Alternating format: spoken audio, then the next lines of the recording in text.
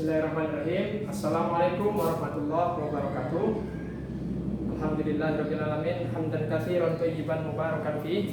Asyhadu an la ilaha illallah wahdahu la syarikalah wa asyhadu anna Muhammadan abduhu wa rasuluh la nabiyya ba'da, amma ba'du.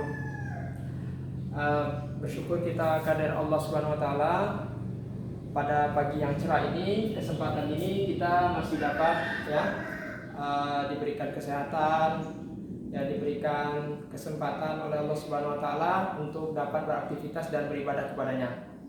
Tentunya kita berharap segala aktivitas yang kita lakukan itu bernilai ibadah di sisi Allah Subhanahu wa taala. Amin ya rabbal alamin. Nah, baik anak-anak Bapak semuanya, pada pertemuan lalu kita sudah mengadakan sesi perkenalan ya di dalam grup WhatsApp. Jadi pada pagi hari ini kita akan mulai untuk masuk mempelajari materi yang akan kita bahas, yakni bahasan kita pada pagi yang berbahagia ini adalah mari belajar surah Al-Fil. Oke, di dalam materi kita atau dalam kurikulum kita, kompetensi yang akan kita capai adalah bagaimana anak-anak semua dapat membaca surah Al-Fil dengan benar dan tepat, kemudian kita dapat menghafalkannya secara lancar. Nah, oleh karena itu Bapak berharap Anda bisa memperhatikan materi ini dengan baik dan semoga Allah Subhanahu wa taala memudahkan kita dalam mempelajarinya. Amin. Baik, langsung saja kita masuk kepada bahasan pertama.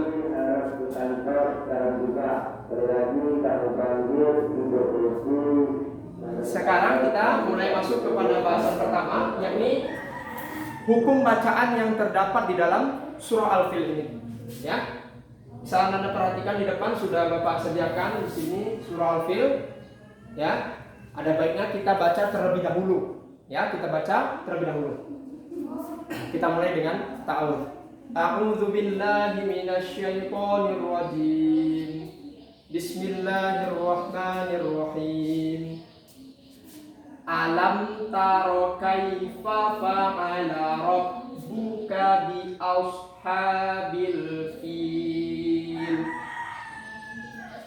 Alam yaj'al kaidahum fi tadlil wa arsala alaihim tayran ababil tarmihim bihijaratin min sijil faja'alahum ka'asfin ma'kul. Oke. Nah, sudah kita baca bersama surah Al-Fil ayat 1 sampai 5. Ya, maka kita kemudian langsung kepada bahasan berikutnya, yakni apa saja hukum bacaan yang terdapat di dalam surah Al-Fil. Ya. Pertama, bahasan pertama adalah itu bacaan atau hukum bacaan qalqalah. Nah, di sini ada beberapa qalqalah yang akan kita temui ya di dalam surah Al-Fil tersebut. Yang pertama, ya, kita harus mengetahui dulu qalqalah itu apa, Pak? Nah, qalqalah itu secara bahasa adalah pantulan, ya. Ya, qalqalah secara bahasa artinya pantulan. Nah, kemudian yang dimaksud dengan pantulan ini apa dalam aplikasinya dalam membaca Al-Qur'an? Nah, kita perhatikan di sini ada dua jenis qalqalah tersebut. Ini mesti kita pahami dulu dasarnya.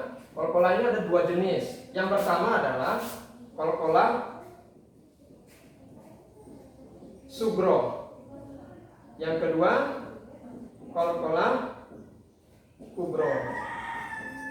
Oke, di sini ya pengaplikasiannya sedikit berbeda. Ketika yang sugro itu pantulannya tipis ataupun kecil, sama dengan namanya, sugro itu artinya kecil. Sementara qalqalah yang jenis kedua yang kubro itu pantulan yang ketika kita baca Al-Quran bertemu dengan huruf yang 5 ini, maka pantulannya besar. Dan biasanya yang kubro ini didapati di akhir ayat. Nah, mari kita perhatikan di dalam bahasan kita pada surah Al-Fil. Kita baca ayat pertama. Bismillahirrahmanirrahim. Alam taro kaifa fa'ala rabbuka bi ashabil fil. tidak kita temui hukum bacaan qalqalah. Ya. Lanjut. Ayat kedua. Alam yaj'al kaidahum fi tadlil. Ada kita temui?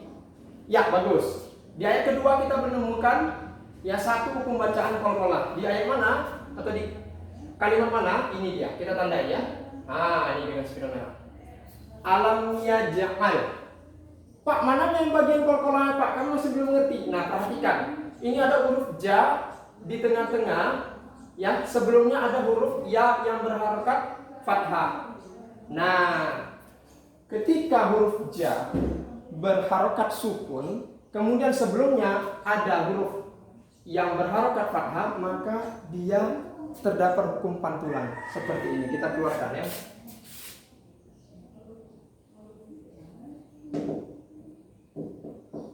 Yaj'al. Ja-nya ini kan yajib. Itu pantulan. Karena dia letaknya di tengah, ja ini letaknya di tengah, maka dia masuk kategori yang pertama. Qalqalah sugro. Dibaca bagaimana, Pak?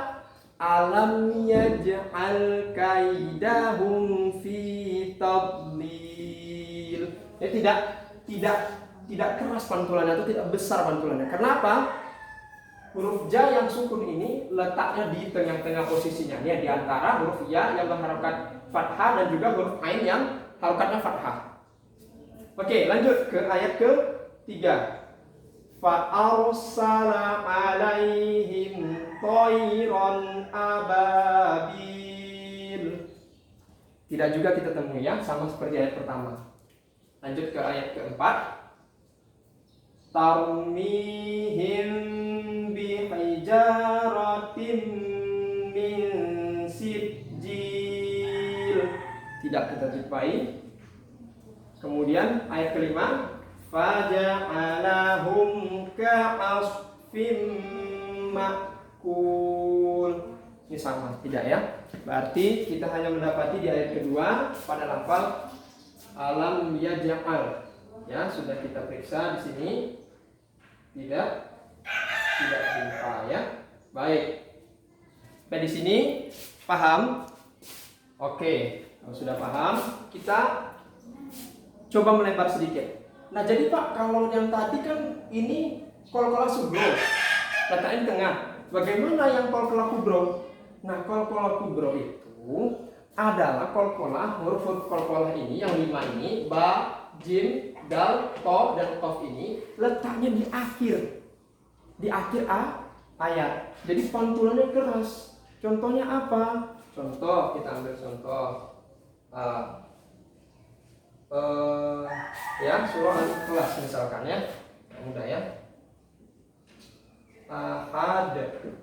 Ahadun misalnya. Nah, dal ini termasuk huruf qalqalah? Ya, ini dia. Sama kan? Nah, letaknya di akhir. Ya, letaknya di akhir. Maka pantulannya keras. Coba kita contohkan. Bismillahirrahmanirrahim.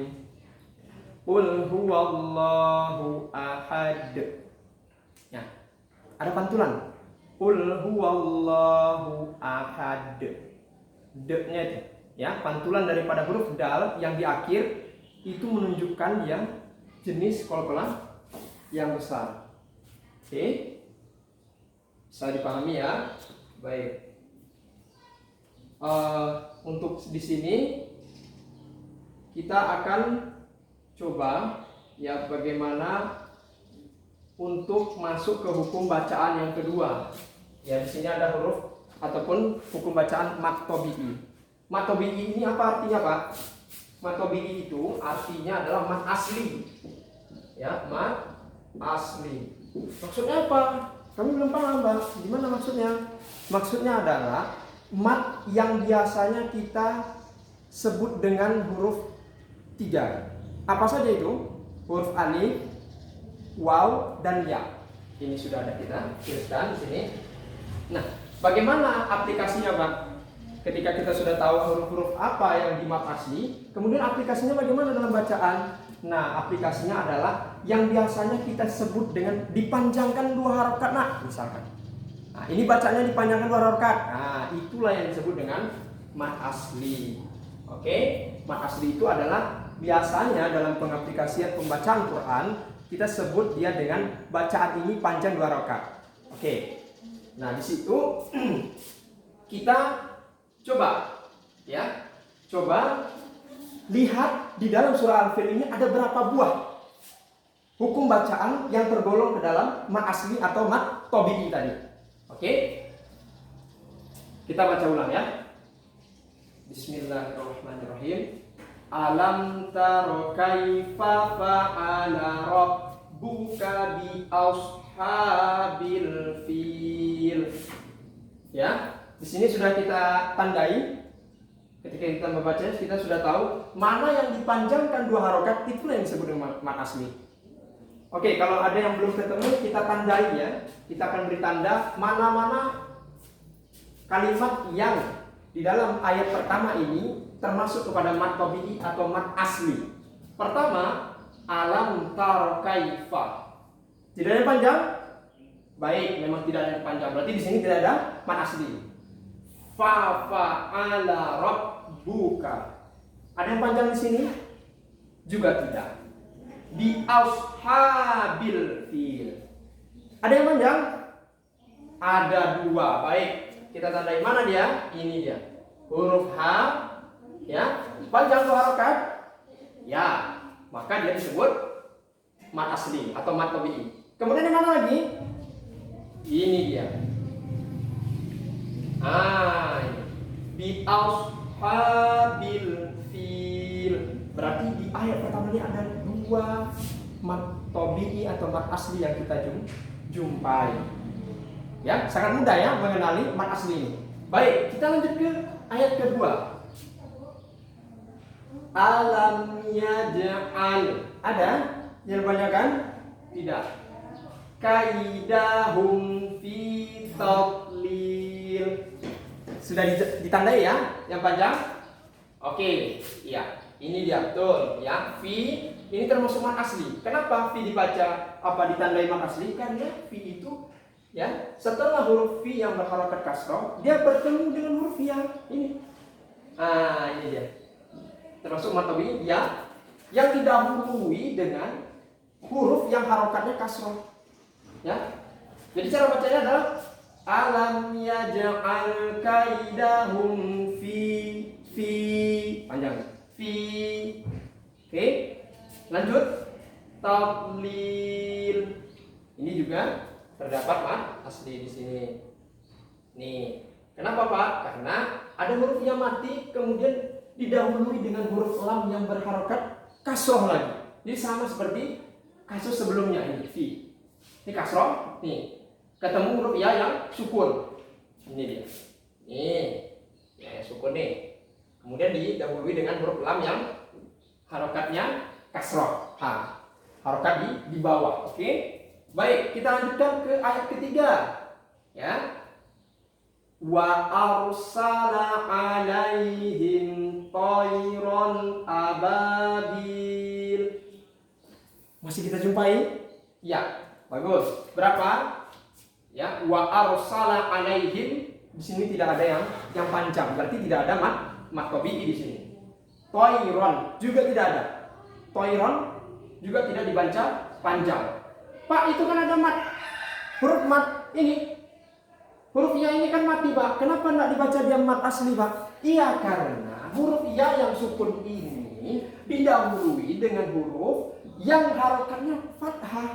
Nih, to ini kenapa dia tidak dikategorikan mad asli atau mad tabi'i? Karena dia berharokat fathah. Sebelum-sebelumnya pastikan ya pada huruf yang sukun itu mesti didahului dengan huruf yang berharokat di bawah. Sementara ini harokatnya di atas, berarti dia tidak termasuk mad asli. Oke, lanjut. Ababil. Nah, di sini udah jelas ya. Ba ini mempunyai huruf alif ya, dan dia juga hurufnya sebelum alif itu fathah. Oke, berarti ini satu.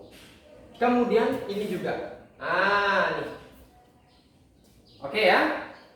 Baik, sudah 3 ayat kita bahas.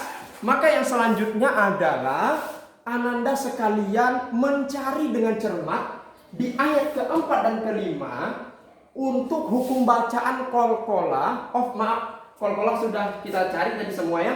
Untuk bacaan mat asli ini, ya, baik itu mat yang hurufnya alif, waw ataupun ya.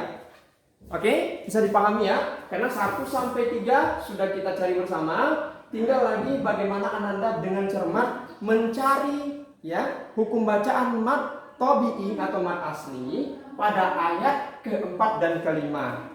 Oke, Pak rasa sudah dapat dipahami ya materi kita pada pagi ini. Alhamdulillah, mudah-mudahan pertemuan kita yang singkat ini ada manfaatnya. Dan bila ada pertanyaan, Ananda belum paham dengan materi yang Bapak sampaikan di video ini, silahkan ya tanya dengan Bapak melalui WhatsApp ataupun dengan telepon seluler ya. Oke. Baik, mungkin itu saja yang dapat Bapak sampaikan. Mohon maaf apabila terdapat banyak kekurangan. Semoga ada manfaatnya. Barakallahu fikum jami'an. Assalamualaikum warahmatullahi wabarakatuh.